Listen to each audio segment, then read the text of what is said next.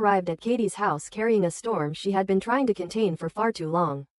From the outside, she appeared composed, almost restrained, but beneath that surface her thoughts churned relentlessly, tangled in resentment, fear, and a growing sense of betrayal that had begun to distort her perception of loyalty and love. The accident still haunted her, not merely as a physical event but as a rupture in her sense of control. Since that day, everything felt unstable, as though the world she had carefully curated for decades was slipping beyond her grasp.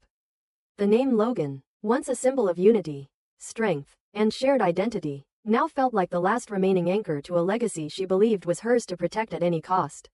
Katie greeted her sister with cautious warmth, sensing tension before a single word was spoken. She had anticipated this visit, though she had hoped it might never come. The launch of her new fashion house had ignited something she had spent years suppressing. The need to exist outside of Brooke's shadow. For once, this was not about rivalry or rebellion. It was about claiming a space that belonged to her just as much as it belonged to anyone else who carried the Logan name. She believed that deeply, even as she braced herself for the confrontation she knew was inevitable. Brooke did not waste time with pleasantries. Her words arrived sharp and direct, shaped by urgency rather than diplomacy. She demanded that Katie abandon the Logan name in connection with her brand, framing it as an act of preservation rather than control. In Brooke's mind, the name was sacred, inseparable from her own sacrifices, her struggles, her vision. Allowing it to be used elsewhere felt like dilution, like erasure. What she did not acknowledge was how that belief reduced Katie's identity to an extension rather than an equal. Katie's refusal was immediate and unwavering. She spoke with a clarity that surprised even herself, asserting that the Logan legacy did not belong to one person alone. This venture, she explained, was not an attack on Brooke, but an affirmation of her own worth. For years, she had supported, deferred, and compromised. Now, she was choosing herself. The name Logan was part of her history, her blood, her story, and she would not relinquish it simply because Brooke demanded obedience disguised as concern. The argument escalated rapidly, fueled by years of unresolved tension that neither woman had fully confronted. Brooke accused Katie of opportunism, of exploiting a family identity for personal gain. Katie countered by naming the pattern Brooke refused to see: the way love in their family often came with conditions. The way support was freely given only when it did not threaten Brooke's centrality. Each accusation struck deeper than the last, peeling away layers of pretense and exposing raw, unhealed wounds. As voices rose, Brooke's composure began to fracture. The room felt smaller, the air heavier, as though the walls themselves were closing in. Katie's words echoed painfully, not because they were cruel, but because they were uncomfortably close to truth. Brooke felt cornered, her authority challenged at a moment when she already felt powerless in so many other aspects of her life. The accident, the lingering fear, the sense that people she trusted had failed her, all of it converged in that moment, distorting her judgment and overwhelming her capacity for restraint. In the chaos of emotion, Brooke's thoughts became disjointed, driven by impulse rather than reason. She reached into her handbag almost without awareness, her fingers closing around the small fruit knife she habitually carried. A mundane object transformed into something unthinkable by the intensity of the moment. Her anger was not calculated, not premeditated. It was the result of a psyche stretched beyond its limits, reacting rather than choosing. Katie barely had time to register the shift before it happened. There was no dramatic buildup, no warning beyond the sudden, terrifying realization that her sister had crossed an invisible line. The act itself was swift, chaotic, born of desperation rather than intent. Pain registered as shock more than sensation, followed by the surreal awareness of losing balance, of the world tilting as she collapsed to the floor. The sight of Katie falling shattered Brooke's fury instantly, replacing it with horror so profound it left her breathless. Reality crashed back in all at once, brutal and unforgiving. She stared at her sister in disbelief, the enormity of what she had done finally piercing through the fog of rage. Panic seized her, her thoughts racing not toward help or accountability, but toward escape. Fear eclipsed reason, and she fled the house in a state of blind terror, leaving behind silence broken only by the aftermath of violence she could not undo. Katie lay still, the room now eerily quiet, bearing witness to a moment that had changed everything. The argument over a name, a legacy, had revealed something far darker beneath the surface. A collision of unresolved pain, entitlement, and desperation. What remained was not merely physical injury, but the devastating rupture of trust between sisters whose bond had once seemed unbreakable. In the wake of that moment, nothing would ever be the same. The Logan name, once a symbol of unity, now carried the weight of betrayal and bloodshed. And somewhere beyond the walls of that house, Brooke ran from the consequences of her actions. Unaware that no distance could truly separate her from the truth she had created, the investigation did not begin with certainty, but with unease, the kind that settles into the corners of a room and refuses to leave, no matter how carefully it is ignored.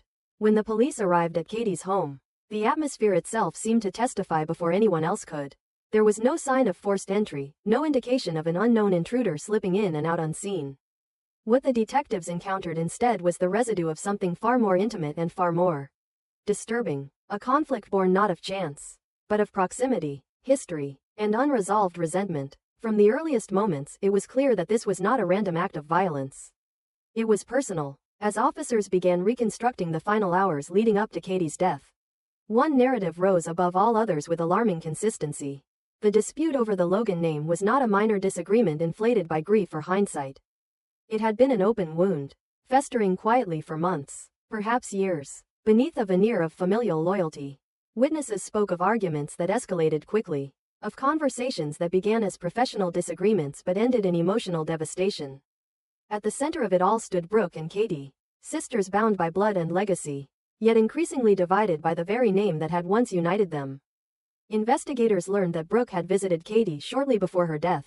The timing alone would have been enough to draw attention, but it was the emotional context surrounding that visit that deepened suspicion.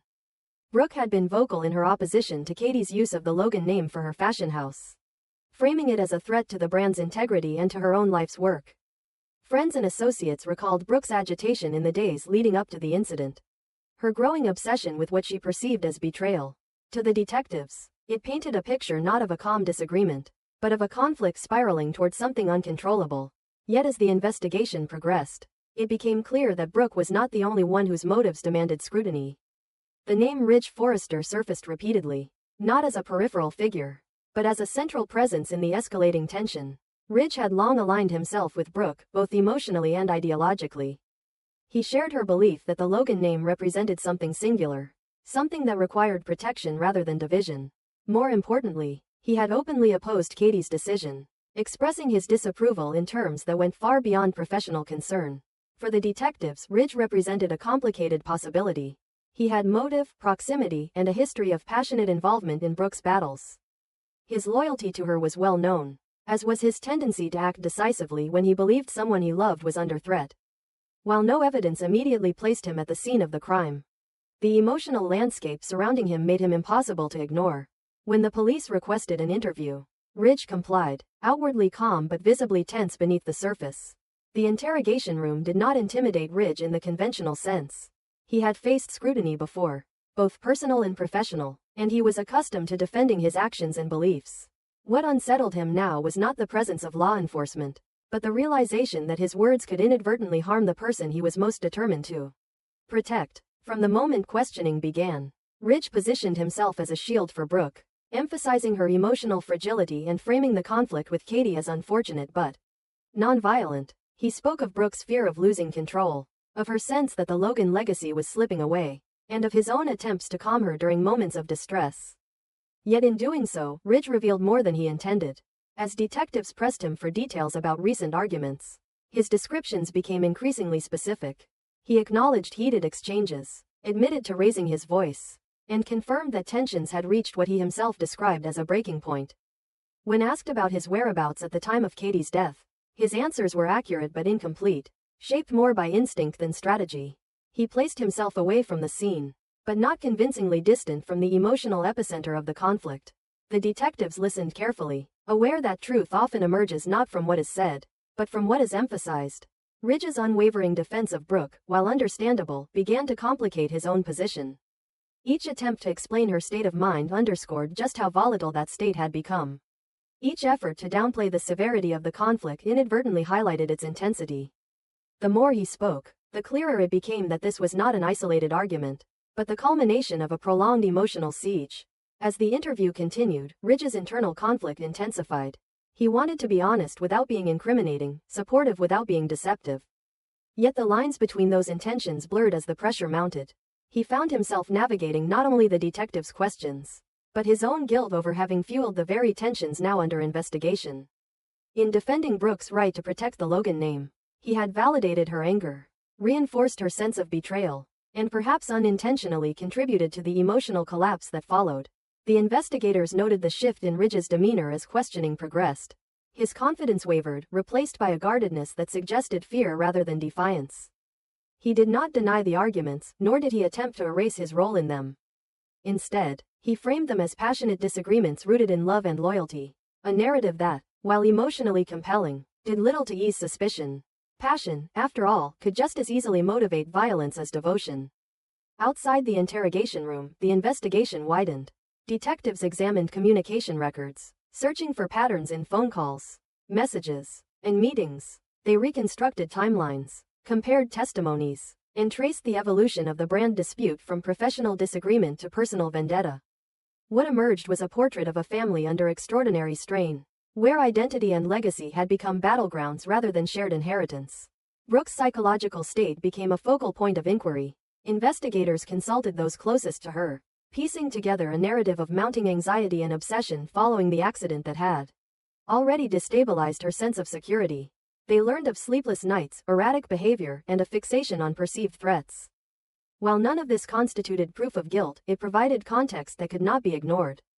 The detectives understood that crimes of passion often arise not from long-term planning, but from moments where emotional control collapses under accumulated pressure.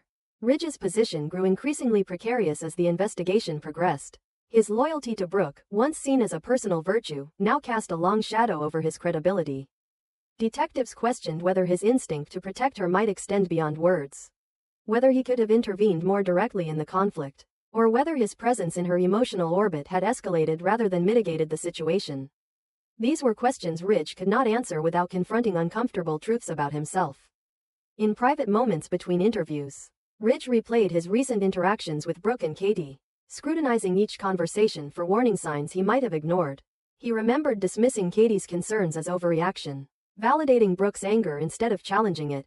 The weight of hindsight pressed heavily upon him, transforming certainty into doubt. He began to wonder whether loyalty, unchecked by accountability, had become its own form of betrayal. As the police balanced their focus between Brooke and Ridge, the case took on a haunting complexity. There was no single villain, no clear narrative of malice divorced from emotion.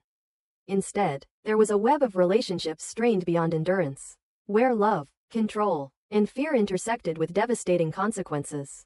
The Logan name, once a symbol of shared pride, now stood as a silent witness to the damage wrought by possessiveness and unresolved grief.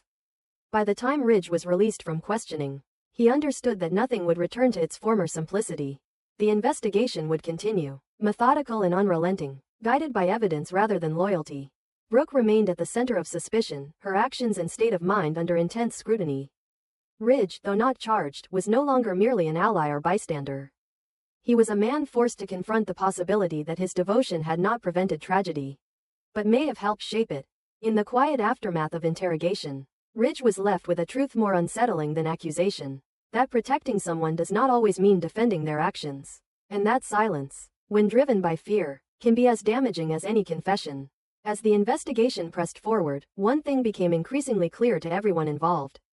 The fight over the Logan legacy had claimed far more than a name. It had exposed the fragile fault lines of identity, loyalty, and power that now threatened to consume them all. And as the police closed in on answers, the question that lingered was no longer simply who was responsible, but how many people had played a role in creating the conditions that made such a tragedy possible.